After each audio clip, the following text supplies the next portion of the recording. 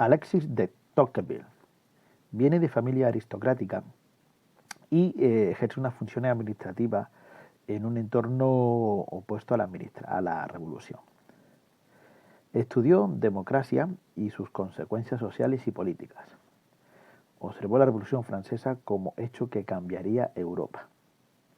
Ministro de Asuntos Exteriores y se enfrentó a Bonaparte. Su pensamiento está a favor de la democracia, de la libertad, y no se plantea el retorno a tiempos pasados y por lo tanto acepta la revolución y las consecuencias de ese realismo político. Estudia la democracia de América, una democracia sin aristocracia, sin herencia del pasado, sin clases, sin previo proceso revolucionario. La democracia es un advenimiento inevitable, auspiciado en parte por las políticas sociales anteriores, quizás unas políticas excesivamente restrictivas de absolutismo.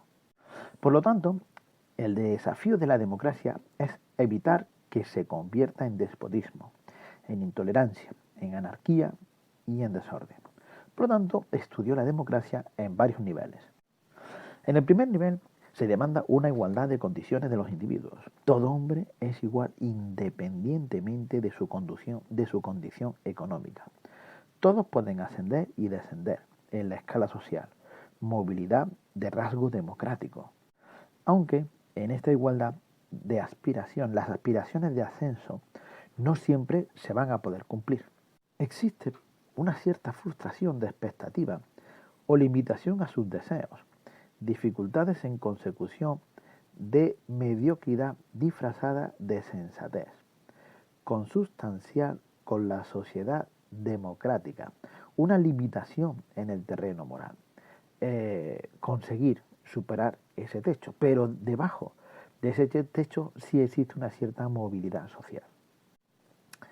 Reprocha a la democracia, en ese aspecto, la falta de referente de excelencia, porque sin aristocracia no hay donde mirar, no hay donde poner unos objetivos de poder llegar.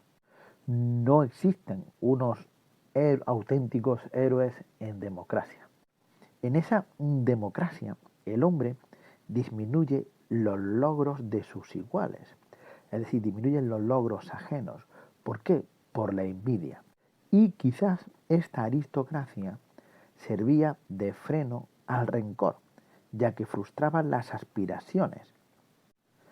Este hombre demócrata vive en un reposo, desahogo e inclusive olvido de lo público, lo cual hace al hombre individualismo y en igualdad, y genera unos rasgos de indiferencia hacia lo público, e incluso procura un egoísmo preocupado por los propios intereses.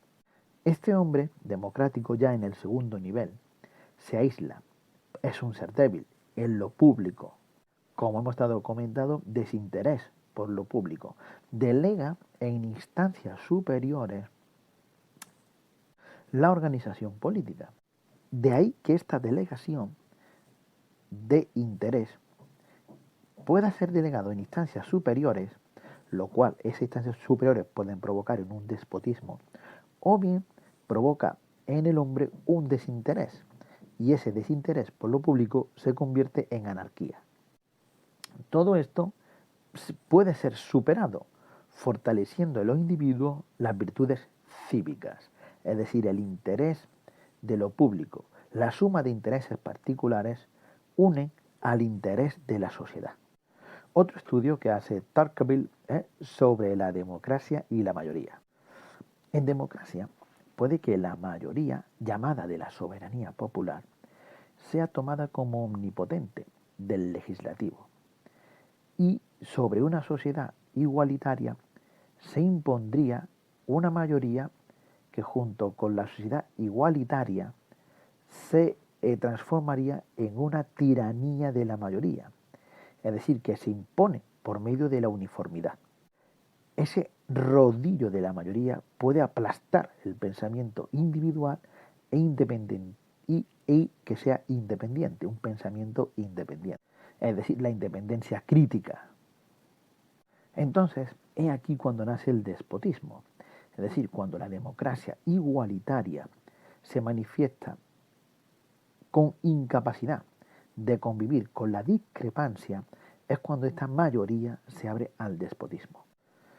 En este caso, la opinión pública como defensa de la libertad es nula, ya que esa libertad es anulada por la mayoría, ya que la mayoría es obedecida u obedece ciegamente.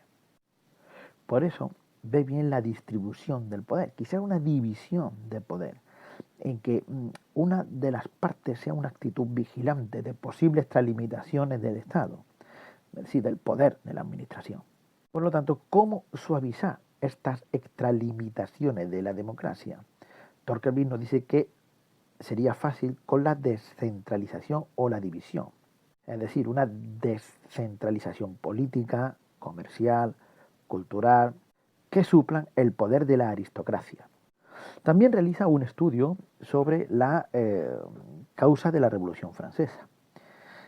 Tocqueville nos dice que los intelectuales ilustrados son los que difundían la ideología política. Esta ideología política de los ilustrados fue adherida por grupos sociales descontentos. Las masas se apropian de esas ideas. Otra causa de la Revolución Francesa es la situación centralizadora política del antiguo régimen absolutista, ya que esa centralización iba a acabar con las instituciones. También a causa de la crisis. Con esta centralización del poder se acaban los contrapesos del poder. Otra de las causas también fue la imposición de tasas e impuestos, que hacía un desprestigio total a la aristocracia. Y esta aristocracia tenía una indiferencia total hacia el resto de las clases sociales, hacia los problemas públicos. También Tocqueville nos habla sobre el socialismo y está totalmente en contra del socialismo. Por ejemplo, nos dice que las revoluciones de 1848 son producto de la crisis revolucionaria, es decir, es una revolución social, no es una revolución política. Es una revolución del mundo del trabajo que se revoluciona. Este socialismo, o esta inevitable revolución del socialismo, desprecia los derechos individuales en favor del igualitarismo, que atacan la propiedad. El socialismo, por lo tanto, es incompatible con la libertad. Y este socialismo sería un igualitarismo centralizador. Es decir, en 1848 la revolución lo que hace es centralizar el poder en la asamblea, arrogándose el poder centralizado de nuevo. Tocqueville ve como también un peligro para la república el nuevo neoabsolutismo del imperialista Napoleón. Y este neoabsolutismo de Napoleón tiene más pérdida de libertades, o teme más a la pérdida de libertades que al desorden. O sea, la pérdida de libertades provocadas por Napoleón es mucho más peligrosa que quizás un desorden liberal o una liberación que sea un poco desorden.